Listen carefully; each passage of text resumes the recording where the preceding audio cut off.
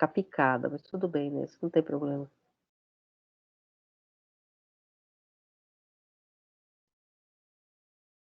Você está gravando essa reunião, então estou conversando com você e deu uma eu acho que alguém já estava gravando, né, desculpa aí gente, foi sem querer. Então, hoje, eu queria ler esse texto com vocês, que eu não sei se vocês tiveram tempo de ler, O Conflito das Filosofias, do Oswaldo Porchat. O Oswaldo Porchat é um filósofo brasileiro, ele já morreu, mas, eu fui aluna dele. Ele é considerado um dos grandes pensadores brasileiros, né, que tem uma filosofia própria, que tem um modo de pensar próprio, que não é apenas alguém que lida com conteúdos de história da filosofia ou com temas da filosofia de modo expositivo, mas ele é um filósofo que construiu uma perspectiva muito própria de pensamento, que tem inclusive uma escola de pensamento. E esse texto que eu propus para vocês, porque a minha questão era um pouco, a aula que foi gravada 5 minutos eu falando, que eu tinha proposto um pouco esse texto, é porque eu acho que ele dialoga com os outros textos que a gente leu, de uma perspectiva brasileira, e é interessante nesse sentido, que a gente pense que também se propõe filosofia no Brasil. É claro que não tem o mesmo alcance, porque é uma filosofia escrita em português, e é uma língua que não é de trânsito, de grande trânsito, né, você escreveu em português, mas é uma filosofia que não fica devendo, vamos dizer assim, as questões que eram contemporâneas do Porchat na época, que esse texto é dos anos 60, e ele está debatendo questões que vocês vão ver, tanto no Heidegger, inclusive ele cita o Heidegger, quanto no Quine, quanto no Carnap, então ele está discutindo questões que são contemporâneas da filosofia da época dele, questões da filosofia do século XX, de um ponto de vista diferente, que é de um ponto de vista próprio, né, que é o ponto de vista dele como filósofo, e ele põe essas mesmas questões. Então eu achei que esse texto, ele trazia também para próximo de nós, para dentro da nossa questão filosófica e para dentro da nossa língua, essas questões que a gente viu, vamos dizer assim, nesses vários autores, em geral autores alemães, né, mas esses vários autores de outros países, né? A gente viu Rousseau, que é um autor de língua francesa, depois a gente passou pelo Quine, que é um autor que escreveu em inglês, que escreve em inglês, é um americano, e agora a gente vai ver um texto escrito em português. Daquilo que eu falei para vocês, que a filosofia ela tem sempre um pouco esse cuidado com o cotejo, né? Então você vai procurar a palavra em grego, porque a palavra em grego pode trazer outras dimensões, tal. E aí colocar um texto em português, que a gente vai ler em português, portanto é o único texto que a gente está lendo aqui que não é uma tradução, é também uma outra dimensão, é uma dimensão um pouco mais nua, vamos dizer assim, a gente vai direto para um texto que está na nossa língua, né, e escrito em português do Brasil também, né, que é uma outra questão, é esse nosso português, né, é nossa língua portuguesa, né, então, que eu acho que foi uma questão bem interessante para nós, né. Então por isso que eu trouxe esse texto. No último dia de aula, eu vou fazer ainda um vídeo para vocês, eu prometi, não deu tempo, mas eu vou fazer sim, que é um vídeo sobre essa questão da história do ponto de vista, de outros pontos de vistas, que, por exemplo, do ponto de vista do feminismo. E eu vou retomar, eu vou usar um texto que está nesse livro aqui, Debates Feministas, para quem quiser ler. Na verdade, eu escolhi o texto, não é um texto com o qual eu concordo plenamente, eu escolhi o texto porque desse debate, ele era o mais simples, o mais curto também, e o que falava de história. Porque é um grande debate entre essas autoras, a Sheila Ben-Habib, a Judith Butler, a Durcília Cornwell e a Nancy Fraser. Então, também é bem interessante pensar que não existe feminismo, existem feminismos, né? Existem múltiplas perspectivas, que vêm de múltiplas tradições. Por exemplo, a Nancy Fraser é da tradição da teoria crítica, próxima ao Adorno. A Durcília Cornwell, que a gente vai ler, ela tem uma certa inflexão lacaniana, então próxima à psicanálise. Existem outras autoras que estão próximas à teoria mais ligada a que chamam de pós-modernismo. Então, vocês vão ver que é um grande debate entre essas autoras, inclusive em posições, né, do que elas entendem como teoria feminista.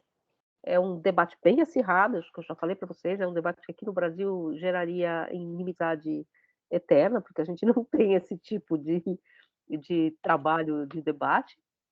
E a gente vai trabalhar então com esse texto da Dulcília, que eu vou fazer um videozinho para vocês, exatamente para explicar algumas questões lacanianas que ela traz, e Lacan é um autor muito difícil, realmente, não interessa aqui para nós, porque inclusive é um autor da psicanálise, mas o porquê que ela usa esse autor, né, o Lacan, para pensar essa outra perspectiva que a gente não viu até aqui, né, uma certa crítica, vamos dizer assim, a essa história do progresso e da modernidade, que é uma história europeia, branca e masculina, né. Então, elas fazem essa leitura, né, de onde vem essa perspectiva do que a gente chama de modernidade, né, de que vem do Kant, que passa pelo Hegel, a teoria crítica com o Adorno, que a gente leu, todas essas disputas também da filosofia contemporânea, até agora a gente só falou de autores, homens e brancos, né, enfim, e europeus, né, tirando o Porchat agora que entra aqui como um autor, brasileiro.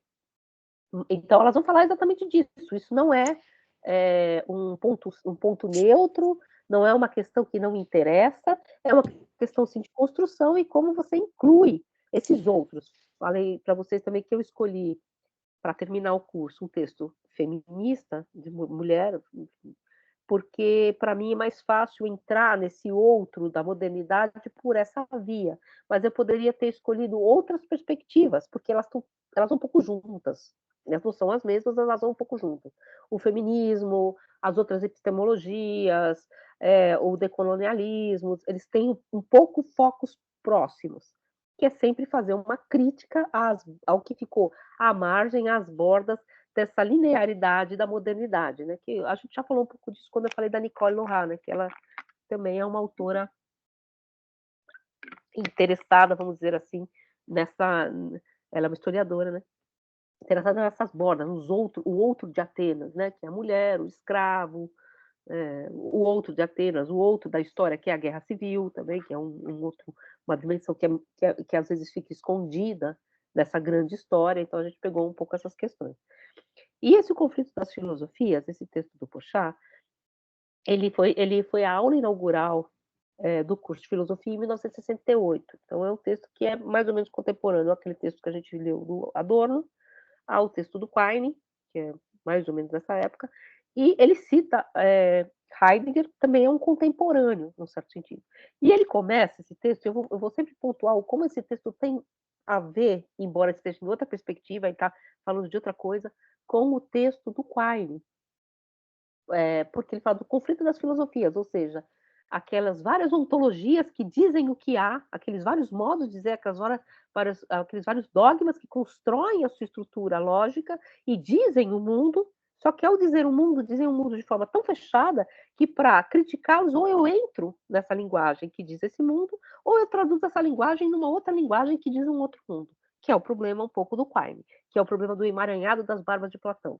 Como é que eu traduz uma ontologia em outra, sem fazer a violência de transformar uma ontologia na outra. E sem também precisar implicar a minha ontologia, o meu modelo filosófico, em questões que o meu modelo não quer comportar.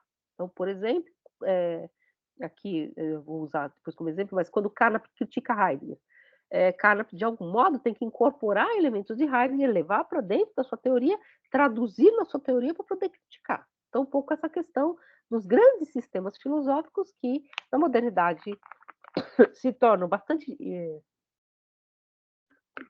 separados nesses dois grandes modelos, né, analíticos e continentais, né, e você vai ter cada vez mais uma espécie de blocos se separando e uma incomunicabilidade. Inclusive, o Porchat chega a dizer que filósofos não dialogam. Né? Filósofo vem aqui e pontua o seu dogma. Não existe um diálogo, porque o diálogo pressupõe que eu vou ouvir o outro e vou mover-me em direção a uma mudança. Senão não é diálogo, senão cada um apresenta a sua perspectiva, e para haver um diálogo, essas perspectivas ou elas se abrem, ou eu tenho que traduzir uma questão na outra. E ele começa citando o Protágoras do Teeteto, de Platão. Ou seja, ele começa exatamente como Quine, em Platão. E por que ele cita o Protágoras? O Protágoras é uma personagem de Platão. O Protágoras foi um dos sofistas. E os sofistas são geralmente personagens de Platão. Né? A gente tem poucos textos dos sofistas que chegaram até nós, Gorgias, Protágoras, Hípias, Licias, vários desses autores que são personagem de Platão. O Platão tem um diálogo que chama Parmênides, inclusive, né? Que ele põe o Parmênides como o interlocutor de Sócrates. Mas, Protágoras, que foi então esse interlocutor que o Platão traz para dentro do seu texto, e geralmente ele traz para dentro do texto Platão para criticar, ele critica a posição dos sofistas, desses homens que ele diz que não se preocupam com a verdade, e aqui o Porchat traz exatamente o Protágoras para se aproximar do Protágoras. Olha só, então vamos ouvir o Protágoras, ele diz assim, o Protágoras, na verdade, ele põe na história do pensamento a reflexão crítica sobre o problema que nós vamos nos ocupar, que é o problema da multiplicidade das opiniões filosóficas, dos vários sistemas filosóficos, que é o problema que vocês viram também lá em Hegel. E aí ele diz aqui, e é verdade, entretanto, que ao constatar o conflito das opiniões e das verdades dos homens, umas com as outras, ao procurar mostrar que o verdadeiro é sempre para cada homem o que lhe parece e é como tal, portanto assume e propõe aos outros, Protágoras não visava especificamente as oposições e divergências que dividiam o pensamento filosófico anterior ou contemporâneo, conforme a sua doutrina. Ao contrário, tal diferença de perspectiva sobre a verdade e o saber não configura mais do que um caso particular da infinda e irredutível diversidade das opiniões humanas. Protágoras não estava, portanto, procurando uma verdade, ele estava apontando exatamente o problema de que nós estamos sempre entre várias opiniões, as toxas broteias, as opiniões mortais, né? Se vocês se lembrarem, inclusive o Porchat cita aqui, no poema de Parmênides, a deusa diz o quê? Existem dois caminhos e é preciso que te instruas nesses dois caminhos. Um que é o cerne, o coração, o âmago da verdade bem redonda, onde que é e não pode não ser, e o outro, aquele que é perpassado pelas aparências, pelas opiniões mortais, as Broton doxai, né? As opiniões mortais. E ele diz também no poema, se vocês se lembram, essa senda, né? A deusa diz para o viajante, essa senda é de todo distante dos homens. Então, essa senda, na verdade, ela se afasta, aparta exatamente dessas opiniões mortais. Então, o que Protágoras faz é colocar pela primeira vez, diz Porchat, esse problema que é o problema da aletheia e da doxa, a opinião e a verdade. Né? Como que eu distingo e como que eu encontro esses caminhos. E aí ele vai dizer que Protágoras é o pioneiro de uma luta secular e inglória, diz Porchat, que oporia uns poucos pensadores à extensa galeria dos metafísicos de todos os tempos, cujo traço fundamental de união talvez possa dizer-se o comungarem de alguma maneira da crença grega na divindade da razão especulativa ignorada, ignorando se os deuses são ou não dos homens, filósofos ou não, Protágoras verificava apenas que as opiniões sempre divergem e que eles não se põem de acordo. Então, Protágoras se põe do outro lado dessa grande vertente metafísica. Então, perceba que também, ele também faz um desenho como o do Heidegger, né? Existe uma metafísica. Essa metafísica, ela se constrói com Platão e ela vem até os nossos dias. E ele vai dizer assim, essa longa linhagem de sistemas filosóficos, e ele cita aqui embaixo, inclusive, Heidegger, também sobre esse prisma, não há como recusar a razão de Heidegger, quando nos diz que a filosofia é grega na sua essência e que a expressão filosofia europeia ocidental é uma tautologia, porque a filosofia nasceu na Grécia. Esse modo de pensar metafísico, é isso que o Heidegger quer dizer, nasceu na Grécia. E, portanto, ele foi incorporado a um modo de pensar europeu. E ele não existe em outros modos de pensar, porque esses outros modos de pensar não são metafísicos, nesse sentido. Eles são, inclusive, mais interessantes por outros modelos. E ele dizia, de fato, diz Porchat, a história da filosofia brinda-nos com um desfile quase ininterrupto dos grandes sistemas que uns com os outros, sempre incompatíveis, se apresentam animados, todos e cada um, da mesma pretensão de representar a verdadeira solução dos problemas do ser e do conhecer, a edição nova e definitiva da realidade. Então, essa ideia de uma metafísica como uma grande corrente, um rio que vai se enriquecendo com cada uma das novas determinações, como vocês viram em Hegel, é o que Porchat está exatamente colocando aqui em xeque, dizendo que existiram filósofos entre eles Protágoras, que se colocavam numa outra corrente, que era a corrente que dizia que talvez a verdade não seja passível de ser encontrada, que talvez não seja essa a questão. E ele cita um outro autor aqui, o Porchat, que é o Gorgias. E o Gorgias, que é uma das personagens também de Platão, mas ele existiu, ele escreveu um texto que chamou Elogio de Helena. Helena, vocês sabem, foi aquela que moveu a Guerra de Troia, né? Helena é grega por excelência, né? Porque grego, Grécia em grego é Hellas, né? Por isso helenístico, né? Porque de Helena, né? Os helenos, né? Então é Hellas, né? A Grécia em grego. E, então Helena é a grega, né? Mas Helena é a figura que moveu a Guerra de Troia, né? Ela seguiu com Paris e Menelau move a guerra para ir buscá-la e destrói Troia. Então ela é uma figura em nada elogiável. Ela é uma mulher que traiu, é uma mulher que se deixou seduzir. Então ela não merece um encômio. Elogio em grego é encômio, é inclusive um gênero, o elogio. Só que o que o Arjas faz? Ele nos leva por vários caminhos, por várias causas, né, de um modo muito lógico, a elogiar Helena. E no final, depois que você elogiou Helena, você seguiu com ele diz, porque o Logos é um grande senhor, o Logos é soberano. Ou seja, eu fiz tudo isso aqui com vocês por causa da língua. Eu enredei vocês no que é e no que não é, num discurso. É o discurso que levou vocês a acreditarem ou não em Helena. Né? Então, como que ele diz, eu consigo fazer uma figura absolutamente desprezível, passar por inocente e por elogiável a partir do Logos. Então, o Logos tem esse poder de construção, que é um pouco a questão do Protágoras também, né? Eu consigo dizer isto e consigo dizer aquilo, com a mesma potência de verdade, num certo sentido, com a mesma potência de persuasão. Falei para vocês já, né? Isso está até no poema do Parmênides, que é estranha aquela figura, né? Persuasão é uma deusa, é uma divindade grega, que chama Peitó. É uma deusa, né? É uma divindade, não chega a ser uma deusa. Mas a Peitó é uma divindade, então essa noção de persuasão, né? Você persuade alguém de algo. E é isso que o diálogo e o texto faz. Muito embora toda a filosofia sempre se pôs como aquela que, para além do discurso, diz a verdade. Todos os sistemas sempre se digladiaram em torno disso. E aí ele vai falar de uma outra borda da filosofia, e isso é muito importante porque ele coloca isso aqui no meio do texto e depois parece que não fala mais disso, que é a figura do sextus empírico. Vocês estão aí ainda? Todo mundo quieto. Sextus empírico. Estamos. Sextus empírico, vocês já ouviram falar de sextus empíricos? Não, né? Desse filósofo?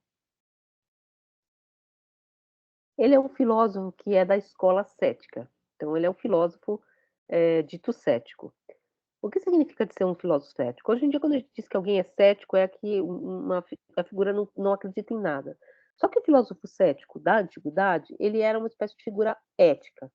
O ceticismo era uma escola como o epicurismo, como o estoicismo, essas escolas helenísticas do final do período grego, que eram posições no mundo, formas de se pôr no mundo. E o sexto empírico, que era esse homem empírico, né, um médico, ele escreveu vários desses livros, Hipotipose Pirrônica, que é o que está citado aqui, contos lógicos, contos matemáticos, contos retóricos, sempre contrapondo-se aos discursos correntes. E cita aqui Porchat, esse autor grego, né? Como sabemos por sexto empírico, embora não sustentassem como membro da nova academia que a verdade é inapreensível, os céticos opuseram sua perseverança continuada na esquepsis, na investigação e na pesquisa, a desenvoltura dos filósofos dogmáticos que proclamam sua descoberta e conhecimento da verdade. A esquepsis é isso, é uma suspensão do seu juízo que continua sempre pesquisando. Como é que atuam os céticos? Os céticos eles têm uma atividade, eles não têm um dogma. A atividade do cético é sempre contrapor um argumento a outro. Você me traz um argumento, eu procuro um outro argumento contrário e tento colocar um do lado do outro. Ao colocar um do lado do outro com a mesma potência, ambos se excluem. E é isso que ele diz aqui. donde caracteriza-se como princípio fundamental do ceticismo essa atitude que consiste em descobrir e contrapor a cada proposição e argumento, o argumento e a proposição que os neutralizam. Então é uma espécie de balança. Você me fala, sei lá, o homem é mortal. Eu falo, o homem é imortal. O homem tem alma e, portanto, ele é imortal. Aí eu construo toda uma retórica, todo um discurso que eu compro, eu vou até o fundo dessa pesquisa, que o homem é mortal, construo todo um discurso que o homem é imortal. Os dois discursos vão ter o mesmo peso e vão se neutralizar. Portanto, eu vou suspender o meu juízo e dizer, não sei. Assim me parece, né? Assim, não sei. Não sei e fico feliz por isso. Essa questão um pouco da escola cética, que eu até esqueci, é a noção de ataraxia. É, é, ataraxia dito pelo negativo também, tem o A, né? Tem o alfa privativo. Tarassômeno é preocupação. Ataraxia é despreocupado, é desintranquilo, é uma tranquilidade. Então, quando eu coloco os dois argumentos um do lado do outro e vejo que eu não tenho como decidir, eu fico tranquilo, eu fico feliz. Não porque eu não pesquisei, não é assim, abandonei, não quero saber dessas coisas. Não, exatamente o contrário, é porque eu continuo sempre pesquisando. Essa é a atitude cética, que o Porchat vai dizer que vai levar às últimas consequências. Então, na verdade, ele fala isso aqui no meio do texto, depois ele não fala mais, mas ele se dizia, o Porchat, um filósofo cético, mas cético à maneira grega, que é o ceticismo ético, que é esse ceticismo que, sempre que você me traz uma proposição, eu a contraponho a uma outra proposição contrária e de igual potência. Se elas não se excluírem, então eu tenho uma verdade.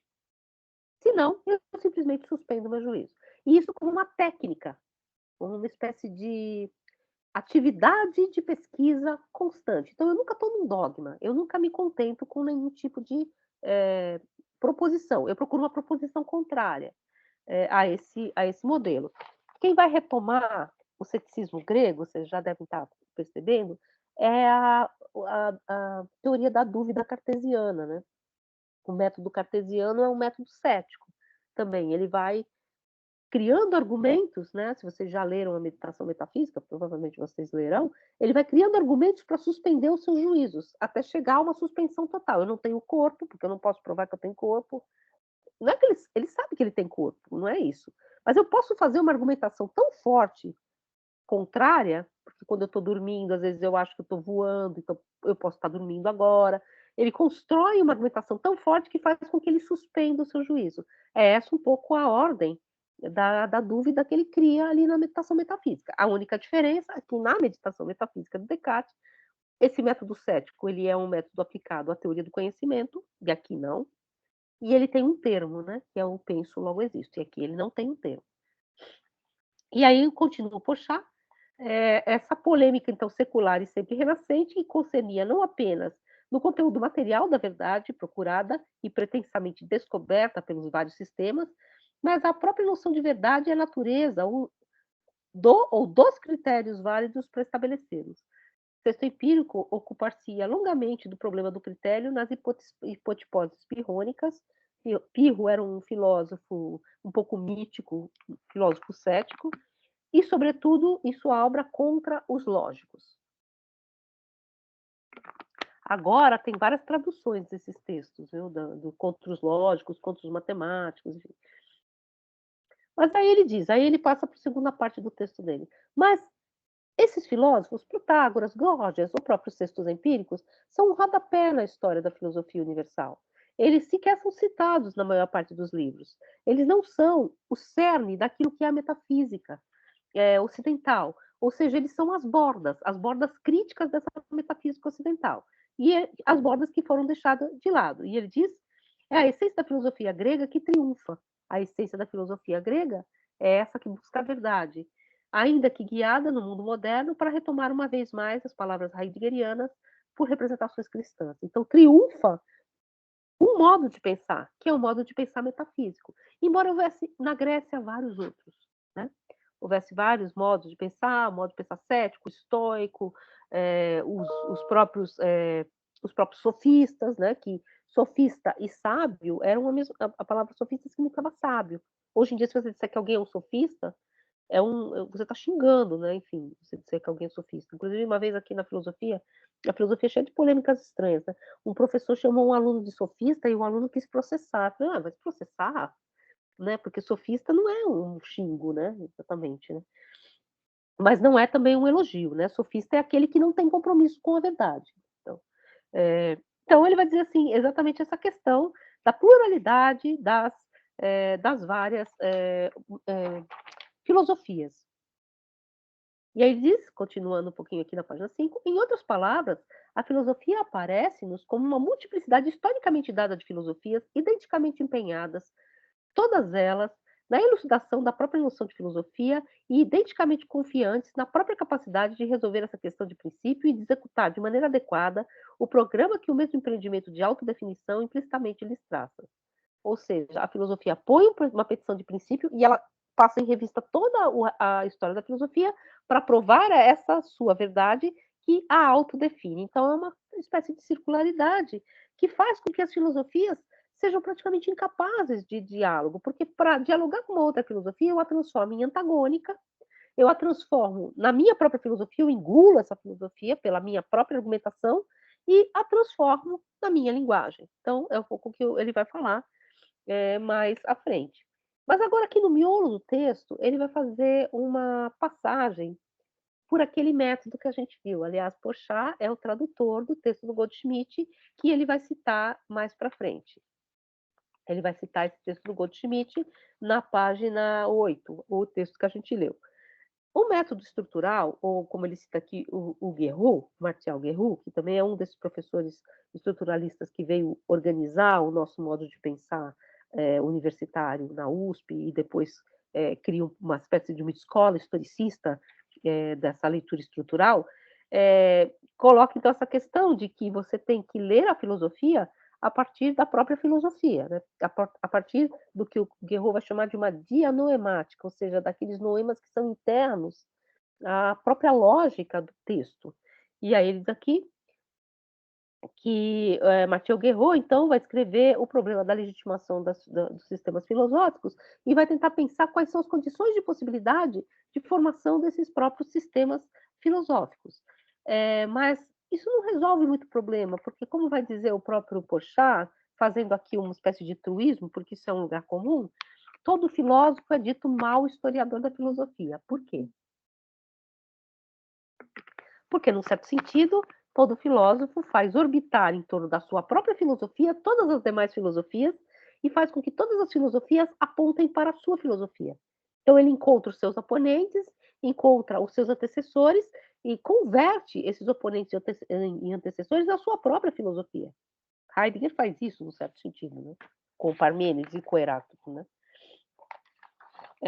Então, não soluciona muito o conflito das filosofias, o conflito da filosofia continua aí. E ele vai dizer que todos os sistemas filosóficos, aqui na página 6, de algum modo editam a realidade a partir de si mesmos. E editam a história da filosofia a partir de si mesmo.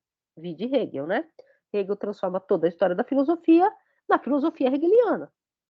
Que é exatamente a crítica que o Nietzsche faz ao Hegel, né? Que vocês responderam na prova. Qual que é a crítica que o Nietzsche faz ao Hegel mais propriamente? Toda a história da filosofia foi resumida à filosofia hegeliana, ao desenho hegeliano da história. Hegel pega toda a história da filosofia e transforma em hegelianismo, como se nada escapasse ao próprio desenho hegeliano. Então, essa crítica, né, da filosofia. Mas, para interpretar a filosofia, eu não posso também, ele diz, apontar a filosofia para um discurso externo a ela, um discurso comum, o discurso da experiência. E nisso vai aí uma certa crítica também àquele positivismo lógico que a filosofia ela significa ou não, ela é significativa ou assignificativa se ela tiver um correspondente de verificabilidade no real. Diz, não necessariamente, porque o que é filosoficamente construído se constrói exatamente contra esse comum, contra esse discurso comum. Inclusive a própria ciência nem sempre é capaz de dizer se a filosofia é verdadeira ou não, porque a própria ciência está imbricada, às vezes, em uma construção filosófica. Ele vai dizer mais, inclusive, ele vai dizer que inclusive a lógica formal, então aquele pressuposto do Quine, que a lógica formal é anterior a todas as filosofias e, portanto, ela serve como um patamar de julgamento semântico, também não é um espaço neutro. Ele diz claramente aqui, o Porchat, a lógica nada mais é do que uma outra filosofia que funciona com seus próprios dogmas. Se eu for pegar uma ontologia e comparar a Frege, que é aquilo que o Quine propõe, lembrando do texto do Quine da aula passada, o que o Quine fala? Como é que eu suspendo compromissos ontológicos? Ou seja, como é que eu posso fazer para dialogar com as filosofias sem me comprometer com elas? Eu uso as variáveis ligadas, lembra? Eu uso a análise lógica. O que o Porchat está dizendo? Não, o que você está fazendo é traduzindo essas ontologias na análise lógica. E a análise lógica passa a ser a filosofia a partir do qual eu edito toda a história da filosofia. Eu estou editando toda a história da filosofia, Quine, a partir de Frege e Russell. É isso que o Porchat vai dizer, dessa posição que o Quine propõe, embora ele não cite o Quine, né? Inclusive, eu acho que o texto é posterior, mas ele não cita o Quine, mas ele está citando exatamente esse movimento da análise lógica, da metodologia da ciência. Então, como é que eu vou saber se a filosofia é ou não é verdadeira? Eu comparo ao real, eu comparo a estrutura lógica, sim. Então, você sempre reduz essa filosofia a uma outra filosofia, né? Porque, inclusive, o conceito de experiência, que é muito interessante, inclusive a gente está escrevendo sobre isso, ele varia muito dentro de cada um dos conceitos filosóficos. Você tem o que é filosofia do ponto de vista da ciência experimental, o que é filosofia, o que é experiência do ponto de vista da ciência experimental, o que é experiência do ponto de vista da teoria crítica, do ponto de vista de Hegel. São coisas completamente distintas, ou muito difíceis de serem equacionadas, simplesmente. A experiência para Hegel, por exemplo, ela é aquele movimento de significar-se da consciência, tornar-se outra nos seus objetos e experienciar esse objeto num terceiro ponto, né, num terceiro movimento. Então, o experienciar é um movimento que a consciência faz em si mesma. Não é aquele experienciar da ciência empírica, que a experiência você faz um experimento e obriga a natureza a te dizer o que ela, como ela responde às suas hipóteses. É um outro conceito de experiência. O que eu estou querendo dizer com isso? Até mesmo o conceito de experiência depende da lógica interna do seu texto, da lógica da sua filosofia. E ele fala claramente aqui, inclusive citando o Goldschmidt. Cada filosofia funda a sua lógica interna. E aí ele cita, então, o, Goldschmidt, né, que vocês leram, ele diz assim, na página 8, ele vai dizer assim: se você quiser discutir com uma filosofia filosoficamente, não historicamente, não geneticamente, não antropologicamente, não sociologicamente, ele fala, tem uma sociologia da cultura.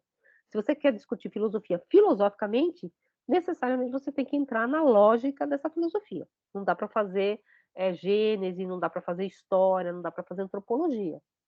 E aí ele vai exatamente ao texto do Goldschmidt que a gente leu e que ele traduziu para nós.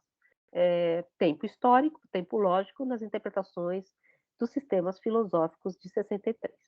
E ele diz que esse texto foi muito preciso ao ter mostrado a necessidade de nunca dissociar a interpretação das obras filosóficas do conhecimento e análise de seu modo próprio de construção.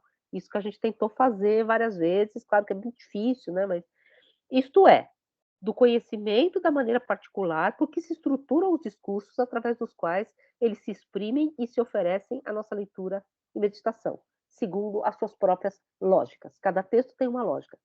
Qual é a lógica interna do texto do Hegel? É uma exposição dialética. O próprio texto tem esse movimento. Essa é a lógica interna que ele funda. Agora, o texto do Quine não é um texto dialético, porque ele está fundado sobre outra lógica, sobre outro modo de exposição. Isso está até na própria construção do texto. Então, essa responsabilidade filosófica ela é interna ao texto. E ele continua. Entender de outro modo a doutrina, que não como ela se nos apresenta e se nos propõe segundo a intenção do seu autor, que é aquilo que a gente viu no Goldschmidt, querer aplicar-lhe critérios, contornos ou julgá-la segundo uma teoria da contradição que lhe é estranha, fazer então o que o Quine faz? Vou pegar uma teoria lógica, vou pegar o Frege, vou pegar uma análise da estrutura dos enunciados, como Carnap propõe, na pretensão de assim melhor julgá-la filosoficamente, implica, em verdade, a recusa prévia e prejudicial, ou seja, um pré-julgamento, de sua lógica própria e, consequentemente, a rejeição antecipada, você já foi rejeitando, né? Irreconhecível de seu universo, é irrecorrível de seu universo de discurso. Opta, opta-se desde o início contra ela em benefício de um outro discurso em que ela vai ser traduzida. Então, um pouco que eu falei para vocês na prova e falei nos fóruns também, não é que está errado, gente. Você diz assim, Kant era um filósofo iluminista. Sim, ele era um filósofo iluminista. Agora, não é essa questão que é filosófico, isso não é filosófico. O que é filosófico? Filosófico é entender o que é o iluminismo construído pela lógica do texto do Kant. Né? Porque é isso que o texto dele faz, né? Ele explica o que é o esclarecimento. Né? Ele constrói o Aufklärung, né? Que é mais um outro tipo de esclarecimento, que é o esclarecimento que vem da vertente alemã, de língua alemã. Né? Aliás, alguém escreveu que Kant era alemão, na verdade ele era prussiano, porque a Alemanha não existia, mas tudo bem, é de língua alemã, né, que a gente fala. Né? E essas coisas não interessam tanto, né, assim, são questões externas ao texto. Então, como ele constrói a sua posição, Kant, dentro desse universo que a gente chama de esclarecimento? E ele constrói uma perspectiva própria, que é diversa, inclusive, daquela do Rousseau, embora ele seja muito rousseauista,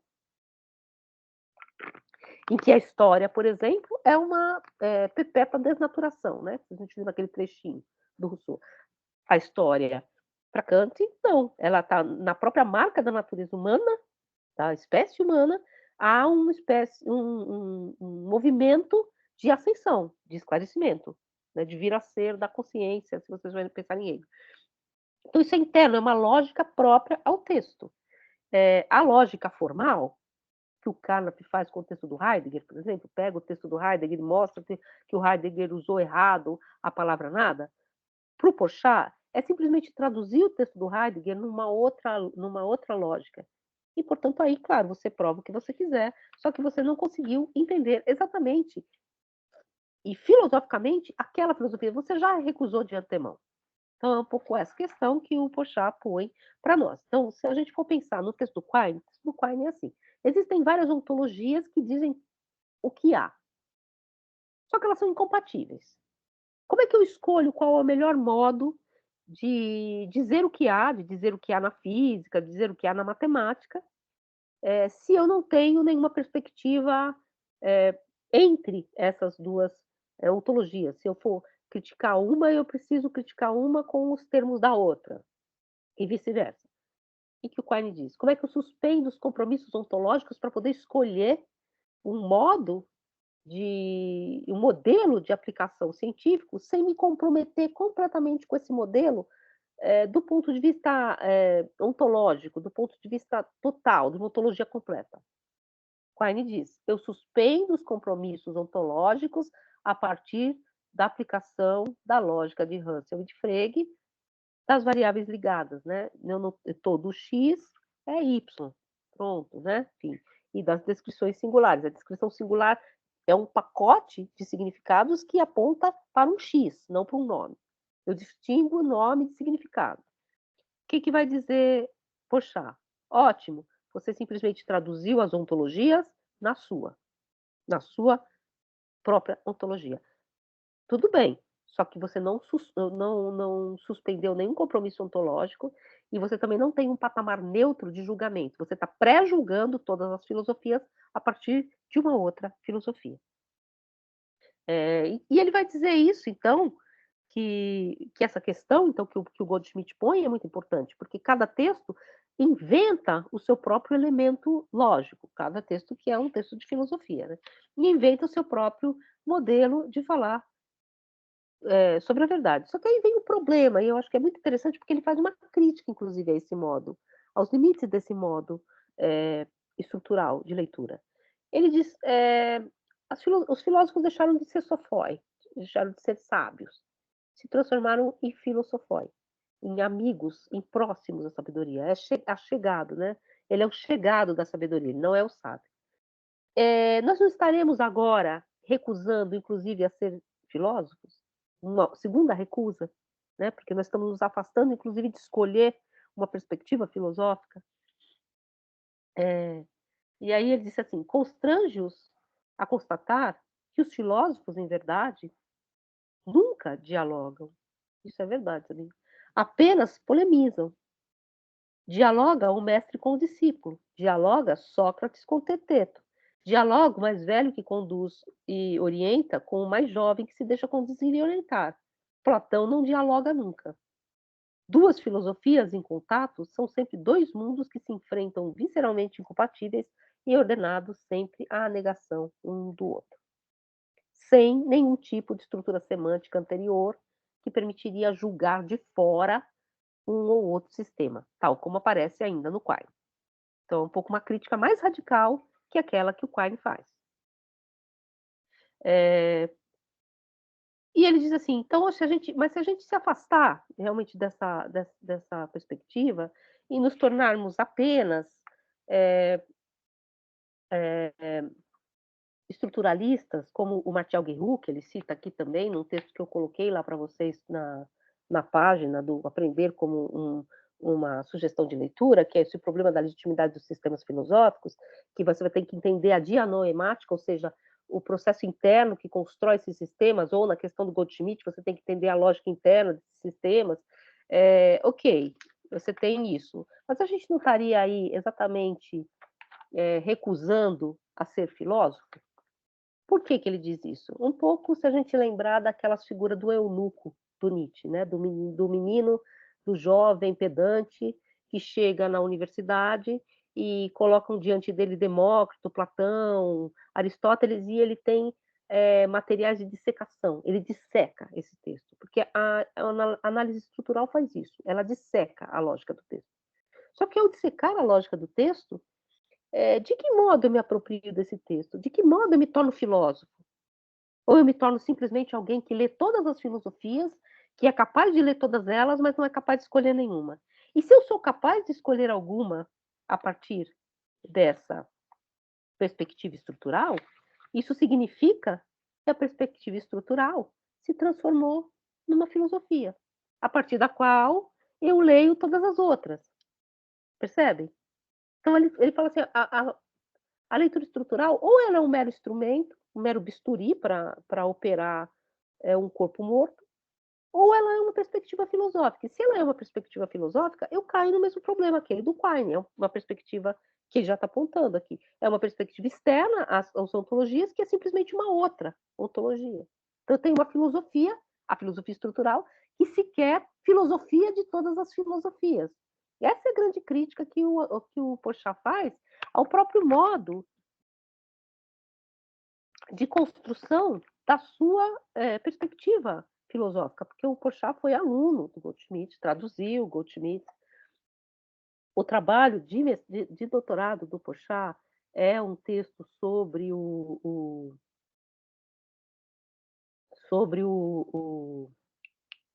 Aristóteles, do ponto de vista estrutural, um texto muito famoso. Tá? Depois ele não quis mais estudar Aristóteles, né? Não quero ser historiador da filosofia, quero ser filósofo.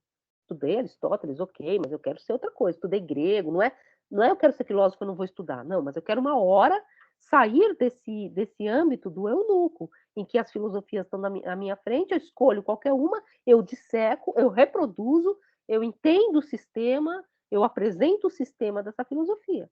Né? Então, Porchat diz isso. Se a filosofia estrutural saltar para fora disso, ela já se transformou numa filosofia. Então, essa grande crítica que ele faz também eu acho muito importante, porque ela é uma crítica que eu acho que vocês sentiram isso, né? Quando vocês foram fazer a prova. É uma crítica a esse extremo historicismo, que não é a crítica do Nietzsche, né? Mas é um pouco a crítica do Nietzsche. Né? O que, que o Nietzsche diz?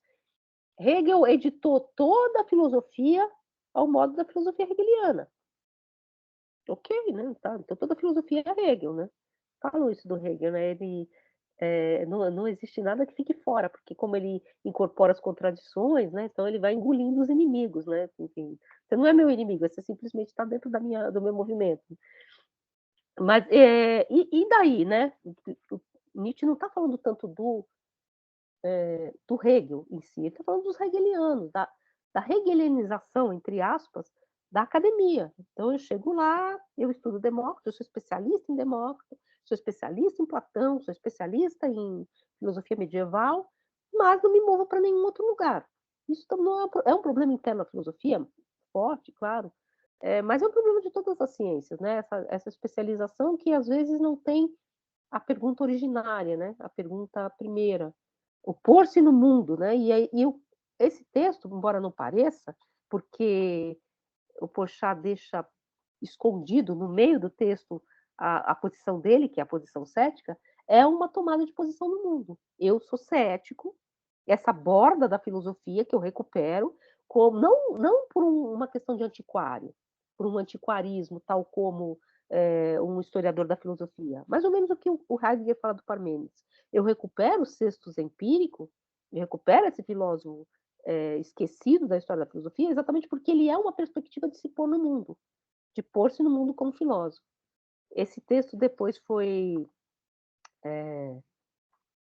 recuperado, né? Esse texto está na revista Skepsis, né? Que é uma palavra cética por excelência, né? Que é essa suspensão, né? Enfim, é, e esse texto também depois ele foi compilado num livro que chama Vida Comum e Ceticismo, em que o Porchat fala muito da sua trajetória histórica dentro da filosofia, que ele vem da religião, ele entra na filosofia, começa a aprender filosofia grega, se vê como historiador da filosofia, até encontrar exatamente esse ponto, que é um pôr-se no mundo, uma espécie de chamado, que é ser um filósofo cético e criar toda uma filosofia cética no modelo grego, tá, que é uma perspectiva que tem seguidores até hoje. E vale lembrar, eu falei para vocês do Descartes, né? O ceticismo moderno é o ceticismo metodológico, é o ceticismo científico. Existem vários modelos céticos, né? O que são modelos céticos? São geralmente modelos de indução, né? Você vai comparando as coisas no mundo e vai chegando à regra geral. Você nunca salta para grandes universais, questões muito prontas. Então você está sempre ali no limite do falseável, né? Então você todos os cisnes são brancos. Mas se aparecer um negro, eu mudo essa perspectiva dessa regra geral. Então o ceticismo ele tem uma perspectiva filosófica. Né? Esse, por exemplo, é o ceticismo moderno do Hume, do David Hume, do próprio Descartes, que tem um termo. Só que não é esse o ceticismo do Porchat. O ceticismo do Porchat é uma atitude diante da própria filosofia. E aí ele termina um pouco esse texto, porque o texto não tem uma conclusão, ele é aporético nesse sentido. Então nós vamos ser sempre o filofilósofo, né? Nós vamos recusar a ser filósofos. E nessa recusa, o que ele diz que é interessante é que nós recusaremos a ser filósofos enquanto nós sabemos que a filosofia está em todo lugar. Então, se filosofa no departamento de arte, se filosofa no departamento de letras, se filosofa no departamento de direito, se filosofa na vida comum, se filosofa na política, o único que não filosofa é o filósofo, porque o filósofo não tem instrumentos para escolher uma perspectiva e como ele é especialista, ele só vai lá com dedos de especialistas, com luvas, né? E fica ali só mexendo e ele mesmo suspende o seu juízo diante de todas as filosofias, assim, suspende o juízo não no sentido cético, porque suspender o juízo no sentido cético é uma tomada de posição, mas simplesmente, não sei, isso para mim é só filosofia, um pouco aquela coisa morta que eu falei para vocês no começo do curso, né? Que é exatamente a crítica do Goldschmidt, que eu acho interessante, que eu recupero um pouco a crítica do Sartre nesse sentido também, ao psicologismo. Né? O psicologismo devolve todos os textos, tudo, à vida comum, no mau sentido, né? À vida chão do homem. Resume tudo à vida do homem, às falhas da vida do homem. Então você lê um texto, fala, mas ele era machista, o autor, né?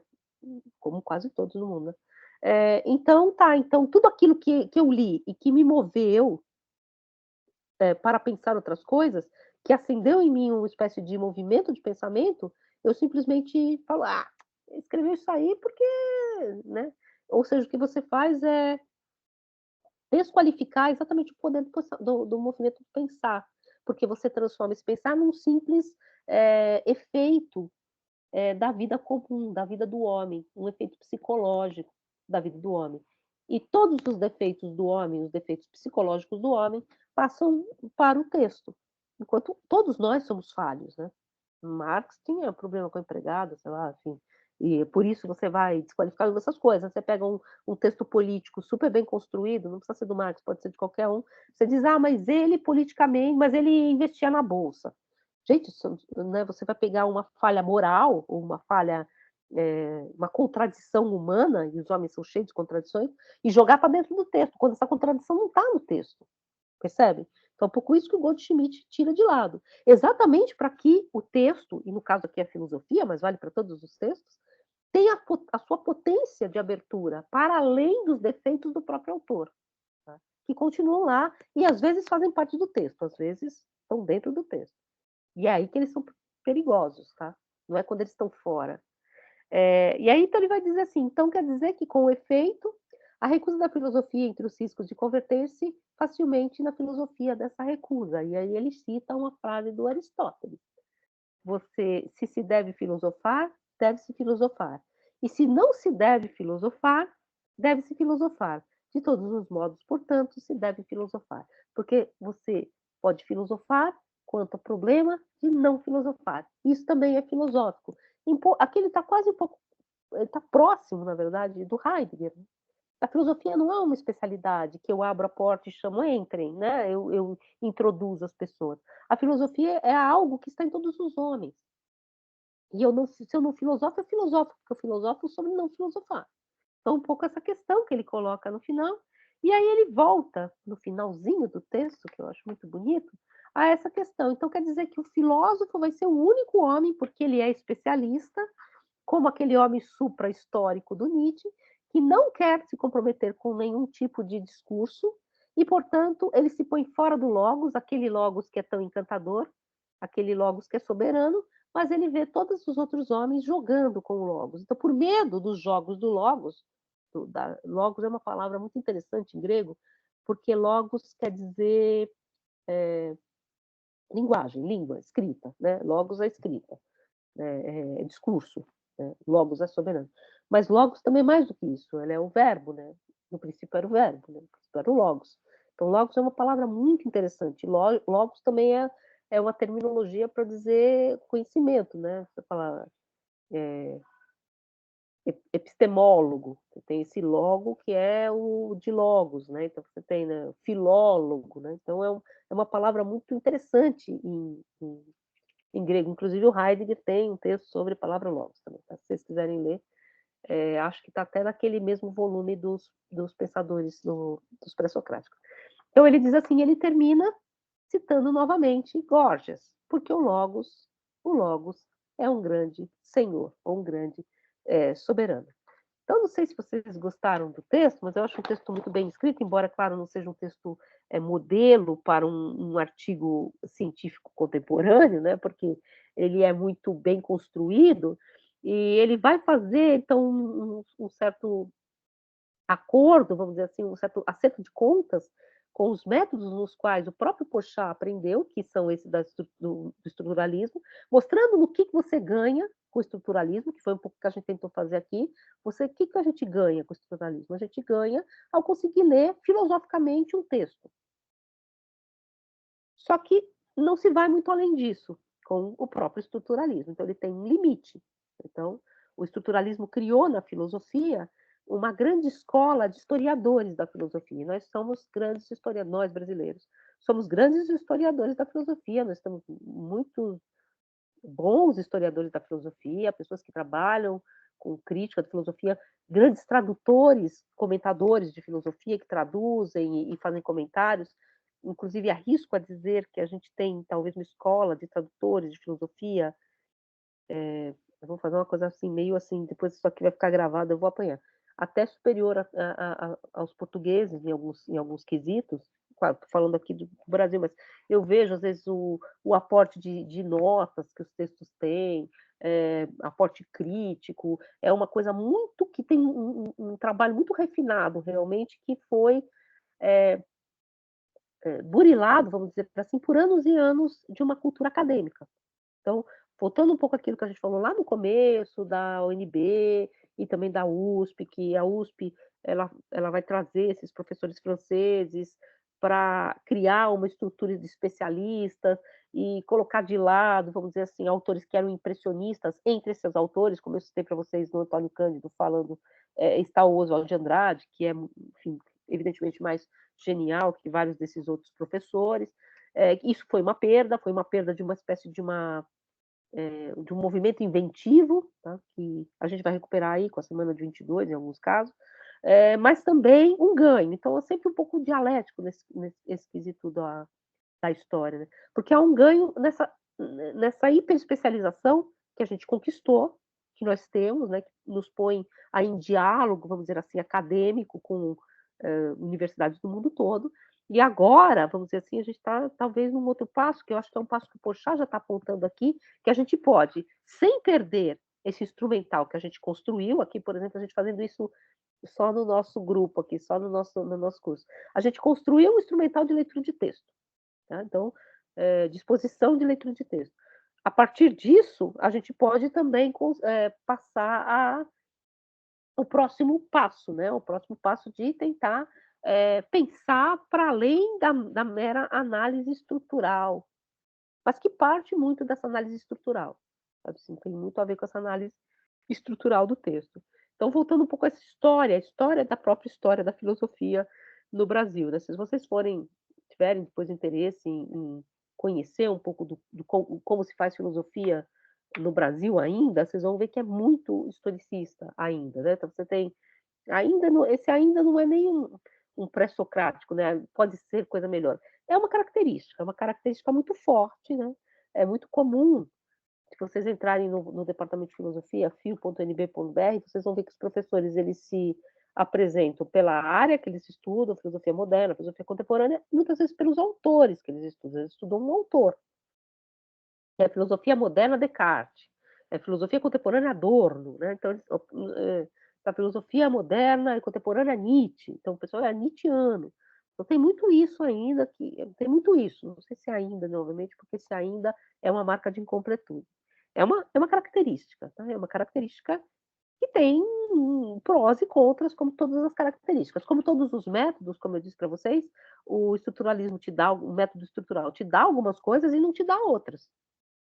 Não te dá outras, mas o que te dá é um pouco esse instrumental de ler o que o texto te traz como filosofia, sem reduzir esse texto a uma outra filosofia imediatamente. Só que aí esse é o próprio limite dele, né? Ele simplesmente serve para você dissecar esse texto. A gente fez um pouco esses exercícios, eu espero que vocês não tenham achado muito chato. A gente dissecou os textos, né? A gente dissecou o argumento, vai lá, encontra onde está, de onde se move daqui para lá, como é que o autor passa dessa questão para essa questão, qual a virada que ele dá, por exemplo.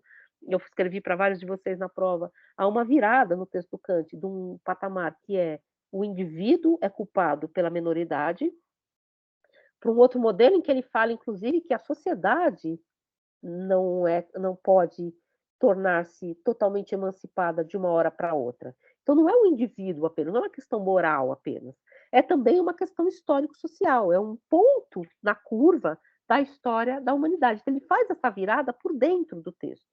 Porque, a princípio, se você pegar só os primeiros parágrafos, parece se eu recorto só aqueles primeiros parágrafos, se a gente só tem aquilo em tela, é uma espécie de quase como um atributo de educação moral, né? Os homens precisam pensar por si mesmos, e é o indivíduo, e ele vai ter que se aplicar, senão se ele for preguiçoso, ele vai se deixar levar por um tutor.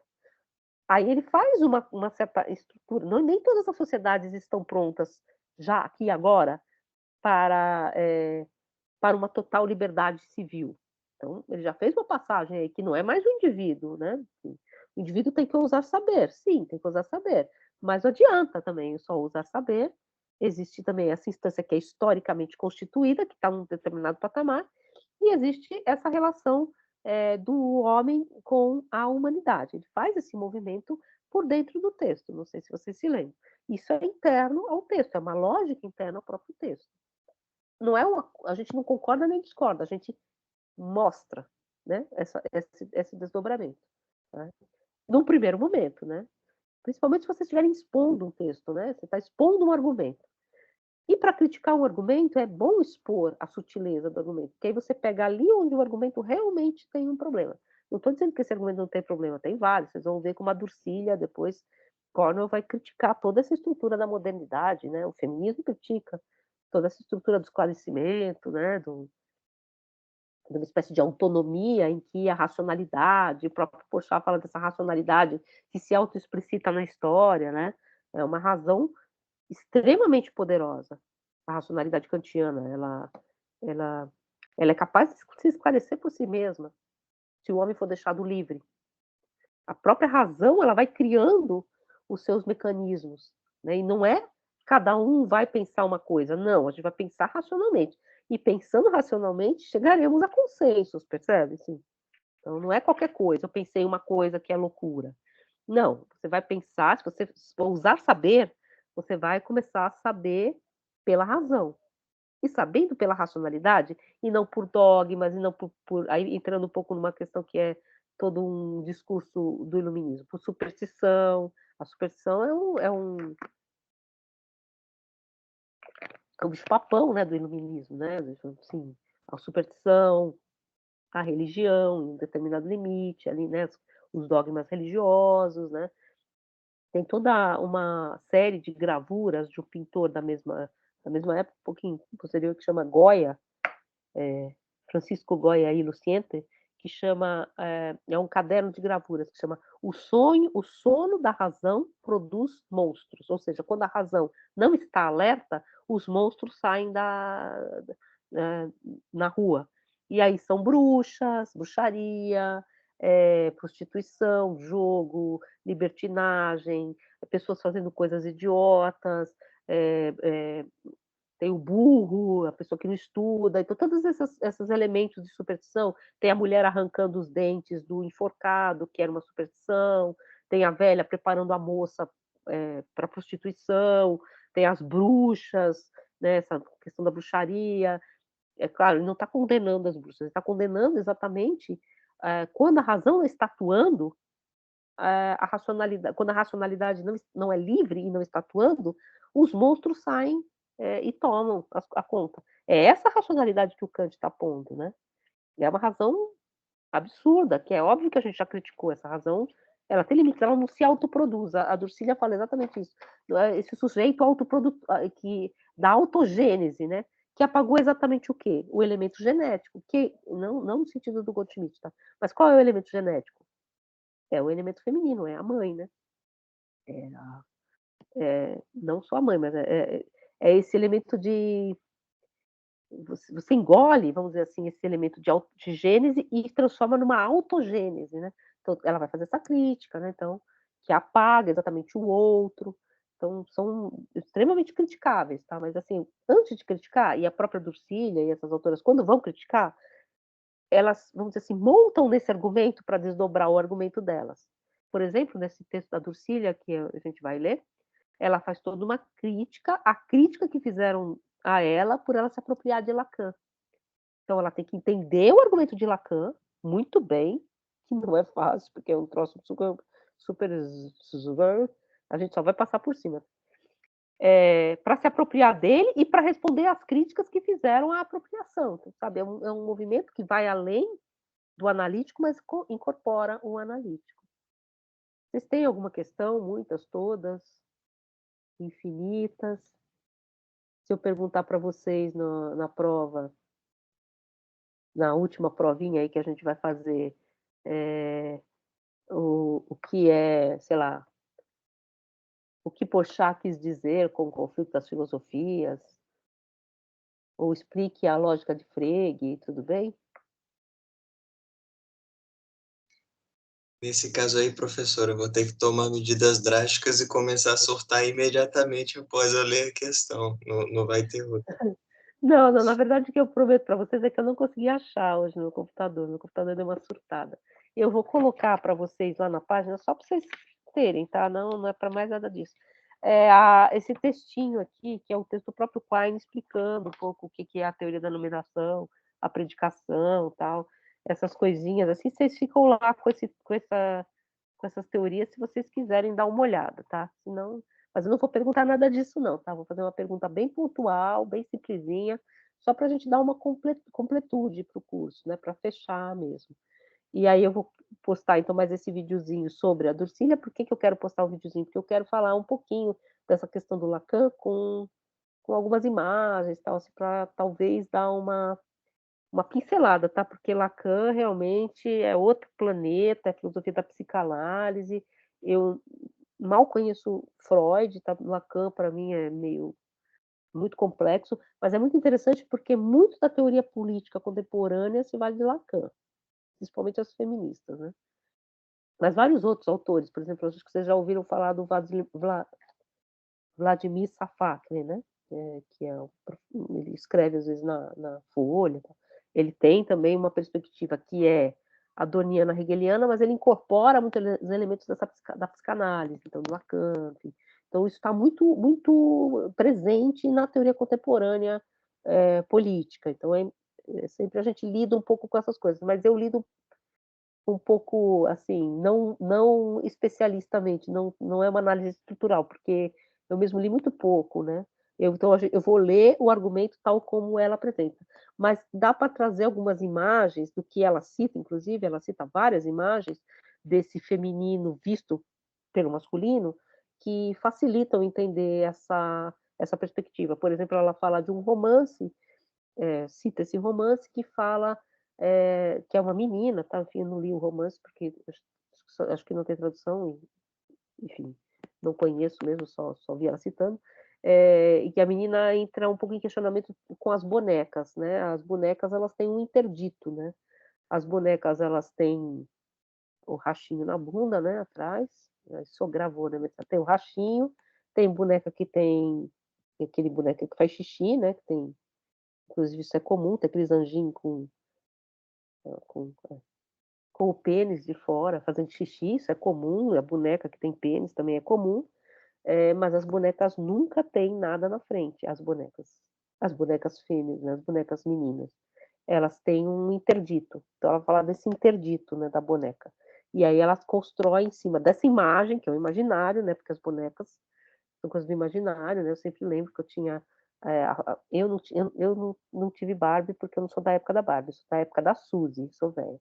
Mas a minha irmã tinha Barbie, né, que inclusive tem isso, ela não tem nada, né, e aí a minha irmã comprou um Falcon, que é o boneco para ser namorado da Barbie, e o Falcon não sai a cueca, né, então, enfim, fica aquela coisa também, não é assim também totalmente, eh, espelhado, mas assim, ela pega o quê? Ela pega um imaginário comum, né, de um brinquedo, que permite que você tenha uma boneca menino, mas não uma boneca menina, né. Então, por que esse interdito? Então ela constrói a partir do Lacan, esses eu acho que trazendo concordemos ou não, tá gente, tá no argumento dela e, enfim, tô falando concordemos ou não, porque realmente o livro, se vocês quiserem ler, é só porrada, uma criticando a outra, e esse mesmo argumento dela é criticado, e uma outra vem e critica, então é muito interessante o livro, porque você fica assim: "Meu Deus, onde eu tô?", sabe, cada uma ela vem, constrói, te convence, aí vem a outra,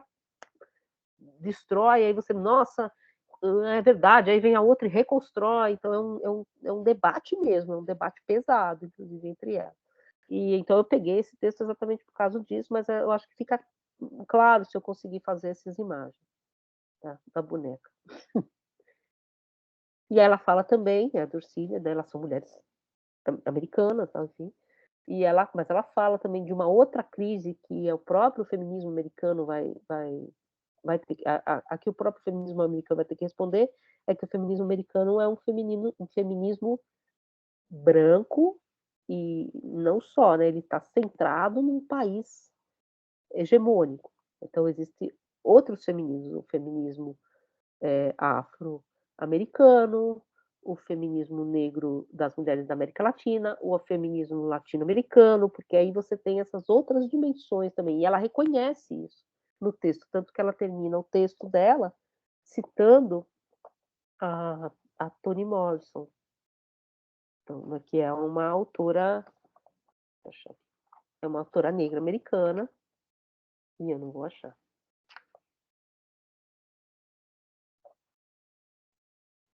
que tá aqui, espera aí.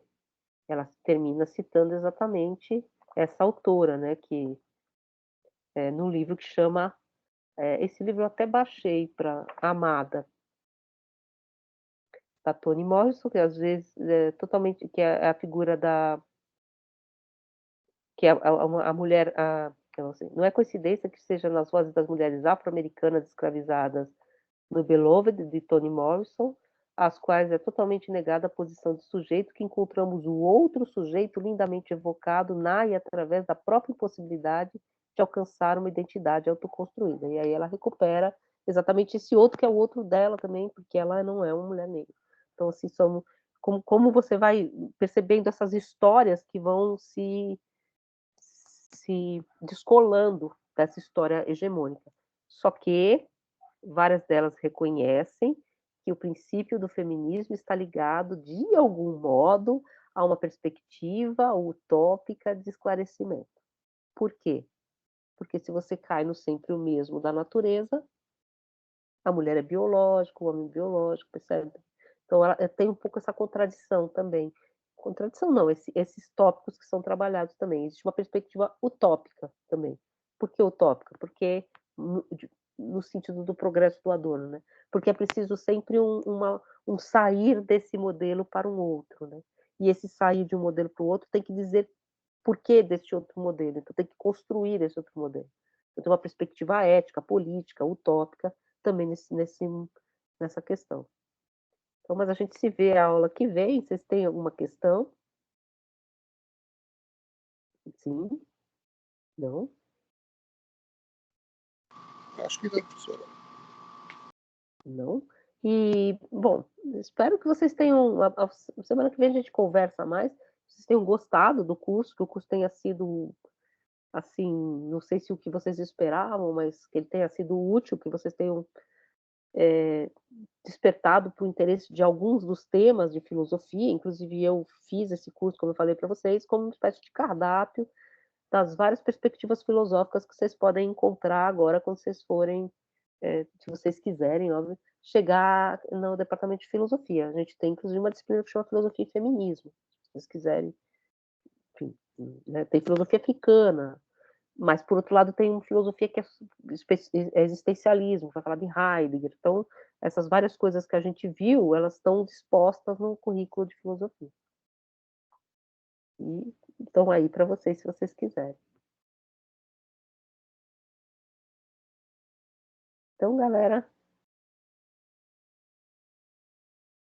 eu já baixei a outra aula, ela vai subir hoje, tá? O Yuri vai colocar lá para vocês, tá bom? Ô, professora, Diga. prendeu o cabelo para comemorar o fim do semestre, foi?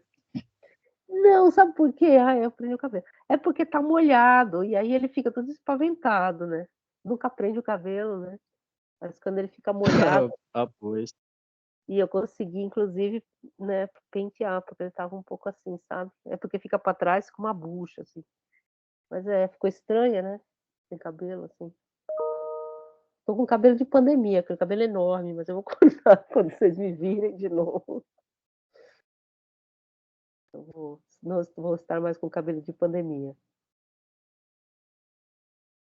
Bom, gente, vou parar aqui a gravação.